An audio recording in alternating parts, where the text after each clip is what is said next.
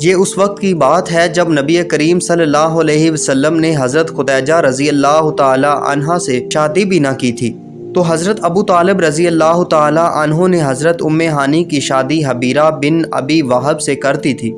حضرت ام ہانی رضی اللہ تعالی عنہا کے خامد نے اسلام قبول نہیں کیا تھا، جس کی وجہ سے ان دونوں میں علیحدگی ہو گئی۔ پھر ایک جنگ میں خامد کے مرنے کے بعد حضرت ام ہانی رضی اللہ تعالی عنہا بیوہ ہو گئیں۔ اس کے بعد حضرت علی رضی اللہ تعالی عنہ کا بہت دل کرتا تھا کہ میری بہن حضرت ام ہانی رضی اللہ تعالی عنہا کی شادی حضرت محمد صلی اللہ علیہ وسلم سے ہو جائے تو یہ بہت ہی شرف اور اعزاز کی بات ہوگی۔ ایک دن حضرت علی رضی اللہ تعالی عنہ نے نبی کریم صلی اللہ علیہ وسلم سے عرض کی، یا رسول اللہ صلی اللہ علیہ وسلم، آپ میری بہن ام ہانی سے شادی کر لیں تو ہمارے رشتہ داری اور مضبوط ہو جائے گی۔ حضرت ام ہانی رضی اللہ تعالی عنہا آپ صلی اللہ علیہ وسلم کی چچا زاد بہن بھی ہیں، اور اس کے ساتھ ساتھ ام ہانی کو آپ کی زوجیت کا بھی شرف حاصل ہو جائے گا۔ جب حضرت علی رضی اللہ تعالی عنہ نے